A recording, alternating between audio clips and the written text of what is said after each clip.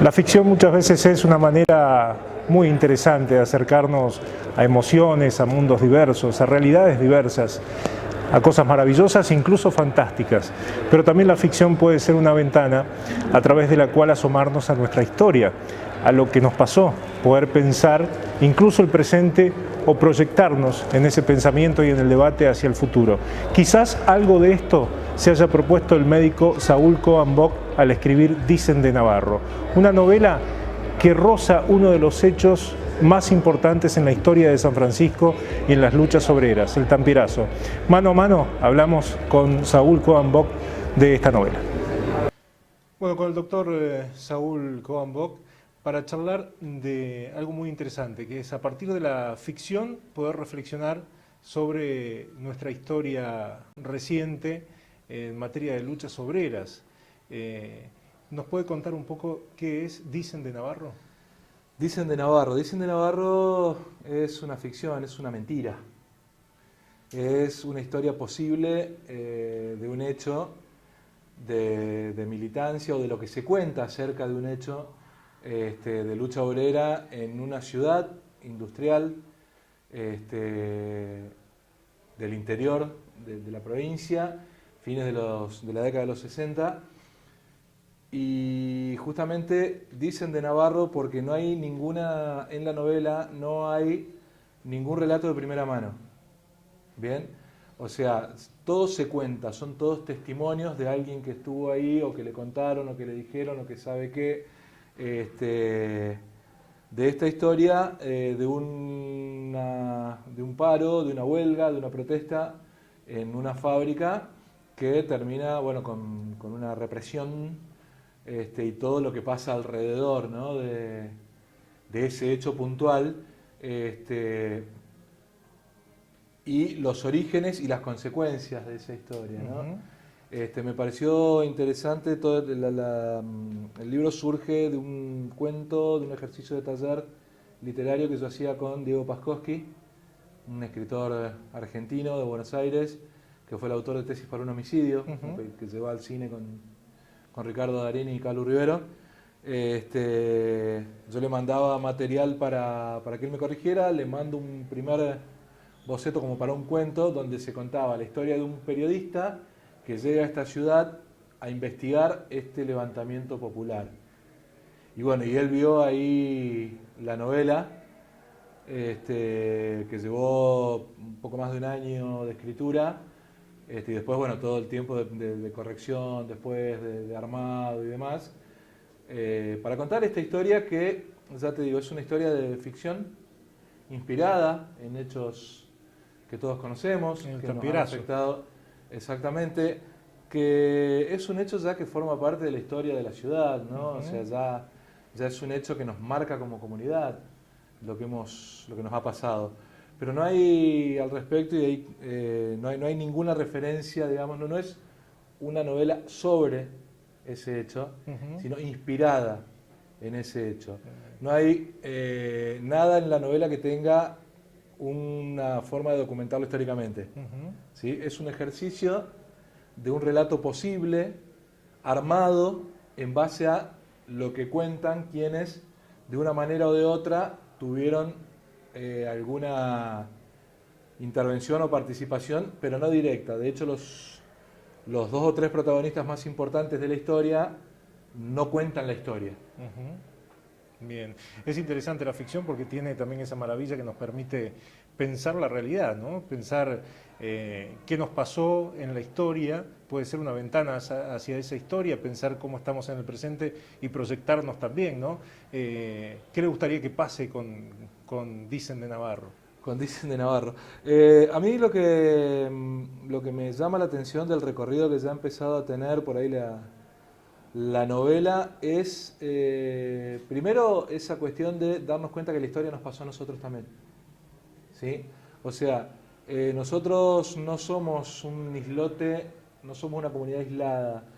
Hubo en nuestra zona, en nuestra ciudad, resonancia de todo lo que ha pasado a lo largo de nuestros 130, 140 años 120 años de historia. De hecho, hubo varias varias pobladas, el 2001 también nos reflejó, hemos formado parte de esa historia. A mí, ¿qué me gustaría, dicen de Navarro?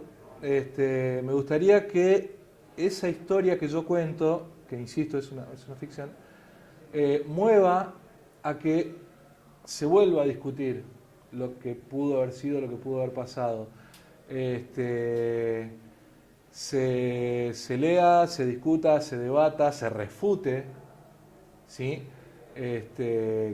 Quien sienta que esa historia refleja algún hecho o se sienta reflejado en esa historia, bueno, cada uno sabrá por qué, en qué lugar o con qué personaje se identificará. De nuevo te insisto, no hay nombres reales, no hay hechos reales, son todos hechos inspirados.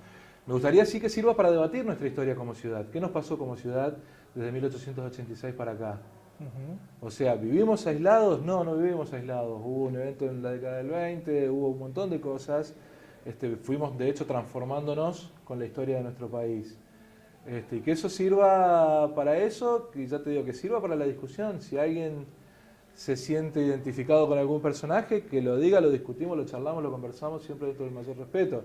Si alguien se siente ofendido, bueno, será cuestión de pedir disculpas. No hubo intención de ofender a nadie. Los personajes, ciertamente, por mi manera de escribir y de relatar la historia, tienen alguna inspiración en alguien que uno ha conocido, excepto, en Dicen de Navarro, excepto los dos protagonistas. Claro. Tanto Navarro como Pedro Pablo Castro Munguzzi, que es el otro personaje importante, son, incluso para mi propia forma de ver la historia, son los únicos que no tienen una imagen definida, no tienen una cara definida. Bien. Hay otros que sí, bueno, cada uno, ya te digo, igual no hay personajes reales. No hay nadie, hay un solo personaje real que tiene nombre y rango, digamos, pero después lo otro son, ya te digo, es todo esa cuestión de que es ficción. Entonces, a mí que me gustaría eso, ¿no? Que sirva para que se pueda debatir, se pueda discutir, se pueda leer en los colegios, sería mi mayor satisfacción, ¿no? Que venga un pibe y me diga, leí tu historia y eso me movió a ver, bueno, sí, qué había atrás de eso, ¿no? Atrás de esa ficción. Bien, evidentemente como autor hay ahí en la génesis del libro una inquietud por esta historia, por estos temas. ¿Cuál es su mirada? ¿Cómo ve esa realidad de las luchas obreras en San Francisco y cuál es la realidad que ve hoy, por ejemplo? Yo creo que hay, digamos, en una parte del libro uno de los personajes le dice al otro que lo que cada uno sabe es lo que le contaron, ¿no? Y cuando, si a vos no te cuentan, vos no sabés qué pasó. Y a mí lo que me parecería que sería algo a lamentar sería que nuestra propia historia se pierda.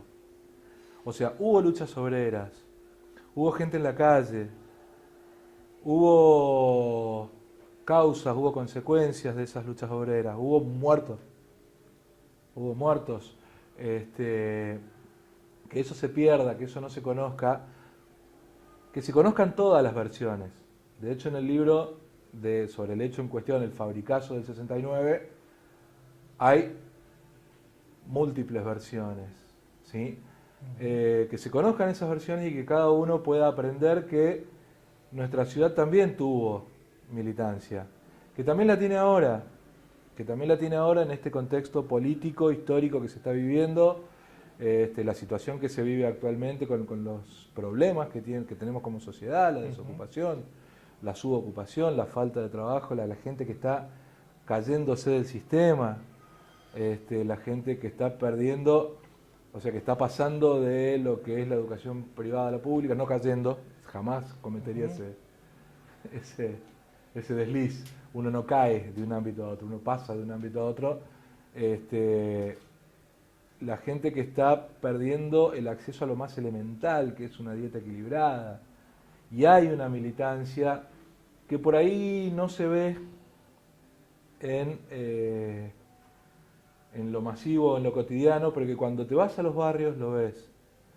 Lo ves en los comedores, lo ves en la solidaridad que hay, ¿sí?, en el territorio, en la gente que está peleándola día a día y gente que por ahí deja sus horas de trabajo y va a un comedor, o docentes que dejan su hora de descanso para ir a dar clases de apoyo a los centros